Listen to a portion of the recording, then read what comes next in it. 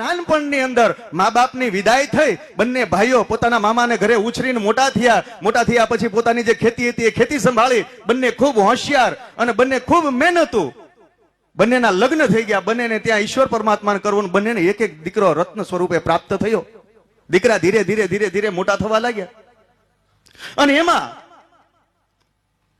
એક વખત મોટો ભાઈ, રામ અને લક્ષ્મણની જોડી કહેવાતી હતી. મોટો ભાઈ વાડીએ ગયો, ગામતરા કરે, વ્યવહાર કરે. નાનો ભાઈ છે હંમેશને માટે પોતાની ખેતીનું કામ સંભાળે, બીજું કઈ પણ કામ હોય તો તમામ કાર્ય સંભાળતો રહે. અને એમાં એક વખત મોટો ભાઈ વાડીએથી ઘરે આવતો હતો. એને એમ થયું કે બાળકો નાના છે, દીકરાઓ બંનેના નાના છે, લેને એક રાડું કાપતો જાવ શેરડીનું.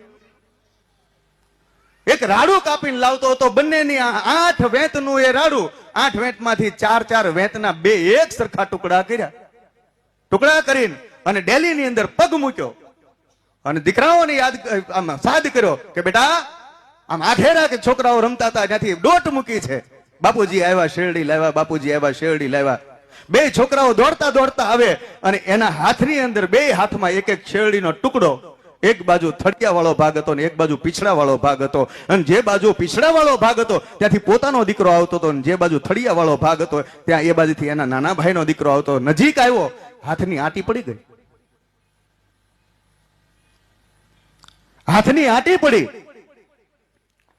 એટલે એ સમય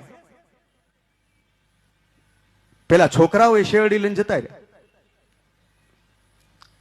છોકરાએ શેરડી ખાધી. સાંજે જમવા માટે માણસ બેઠો છે કે જિંદગીની અંદર કોઈ દિવસ ક્યારે મારાથી આવી મોટી ભૂલ નથી થઈ. આજ મારાથી ઈશ્વરને શું મોઢું બતાવીશ, મારાથી આજ ભૂલ પડી ગઈ છે. બરાબર જમી ન શક્યો. અડધી રાતનો ગજર ભાંગેલો, 12 વાગ્યાનો સમય, ઊંઘ આવતી નથી. અને ભાઈને બોલાયો. ભાઈ કે હા અહીંયા આવજે. શું થયું? પેલો ભાઈ દોડતો દોડતો લક્ષ્મણ જેવો હતો, પાસે આવીને ઉભો રહ્યો. ભાઈ શું થયું?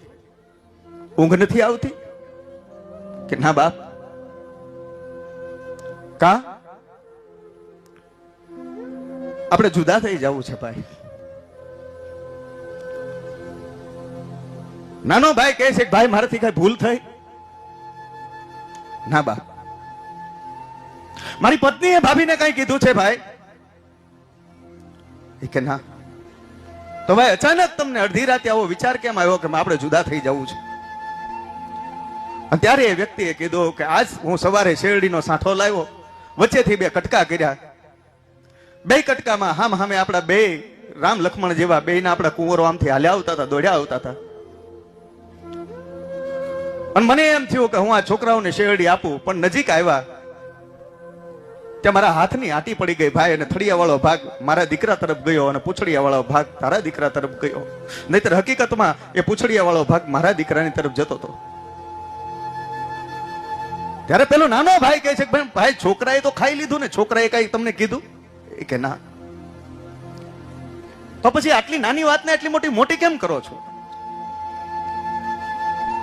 એ કે બાપ છોકરાને ખબર નથી, પણ ઈશ્વરને તો ખબર છે ને કે મારા હાથની આંટી પડી ગઈ છે.